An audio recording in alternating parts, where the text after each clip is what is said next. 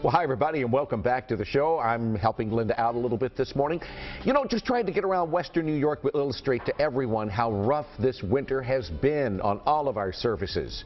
Well, this morning, Mike Washington from Ivy Lee Construction is back to talk concrete and the many choices you have with this particular material. Mike, good morning to you. Good to see you again. Thanks for having us I back. want to say happy spring, but you know, it's kind of it's starting to warm up. A little ambiguous out there. I've got an entire backyard I would like concreted. Can you guys come out and take a look? We could definitely help you out. Oh my goodness, what a bad year it's been. This winter really was very rough. The freeze-thaw cycle went so deep and for so long this year. You know, proofs in the pudding. Just go drive on the streets like Linda was talking about earlier, that the streets are so bad, the potholes. Same with the concrete. You really want to get out. They're now that foxholes. They're not potholes. They're foxholes. It's unbelievable. Huge. And the same damage happened to the concrete. Driveways, patios, walkways, severe heaving and lifting from the freeze this year, and cracking. I heard something on the radio over the weekend about the winter was so severe and so cold that whatever the frost line is supposed to be, it's not in its usual place. What is the frost line? About 4 feet down? You're usually talking about 4 feet down. 4 feet. Yeah. And it's farther down now. It is, and it will take longer for everything to thaw out. This week it looks like the temperatures are really going to help us. Yeah. But it's going to start to warm up. But, you know, this is the time you can finally get out to really look and inspect the concrete so we can get out and give estimates out to you for the thing that needs to be repaired. There's a lot of driveways with problems, a lot of walkways. When people start opening their pools another month or two, same thing there. You know, I'm going to have to plead ignorance. I knew you were a wonderful construction company. I didn't know you guys delved into concrete. I think that's wonderful. We do. It's one of the surfaces that we actually put on probably 15 or 20 years ago almost.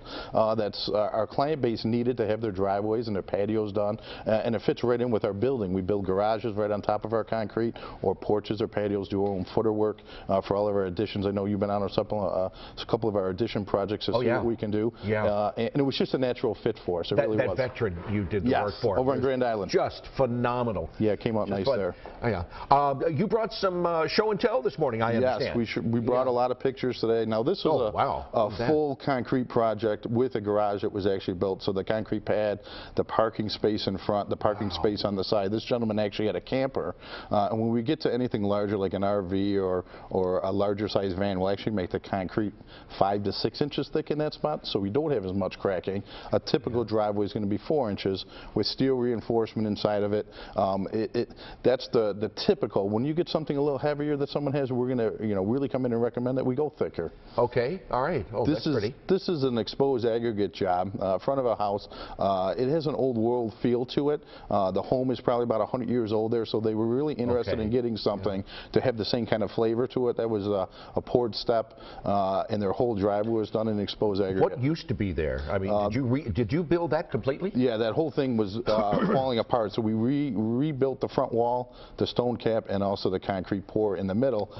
Then we go in and actually wash the cream off to give it that old world look. It's just a different technique, and it really stands out. It's a nice looking product. It is very nice. Yeah, very nice. Sure. So you guys do just about any. Oh my goodness, look at that. What do they call that technique? This is going to be stamped concrete. Yeah, stamped. Okay. Yeah, that walkway and a border that went around that project is stamped. It's a stone pattern.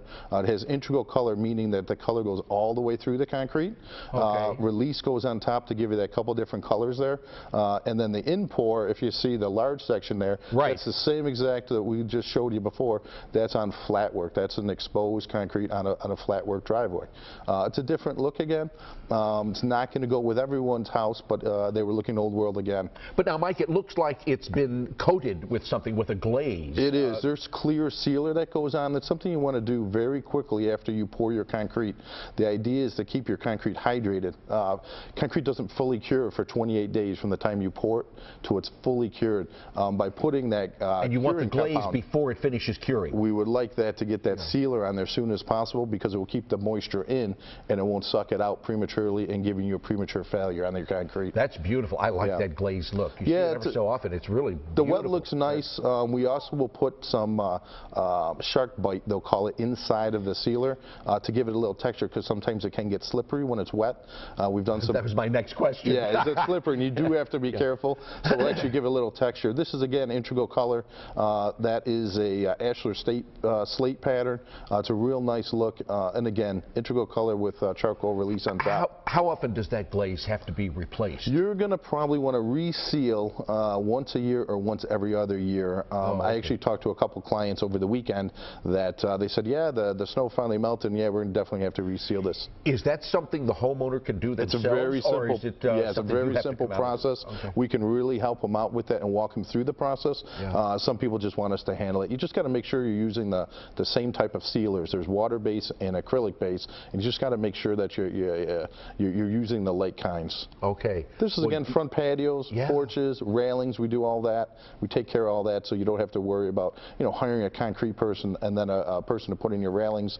We do that all in-house. You do it all. You guys are a one-house unit. I mean, you really do everything. One-stop shop. Yeah. One-stop shop. For sure. For sure. That's incredible. Now, because of this past winter, any cementing that you do now, is it going to have to be adjusted, the depth of the concrete? The thickness will stay the same. You know, when you pull the concrete out, we really want to make sure that the subbase is solid and it gets plate tamped. You want to really make sure you have a good subbase. You want to make sure that you're putting reinforcement wire into your concrete, okay, and physically pulling it up when we pour the concrete, and then to make sure everything is sealed very quickly after it's poured. And then we also take care of the backfilling, all the seeding, the soiling, everything. All the people have to do is water their grass when we leave.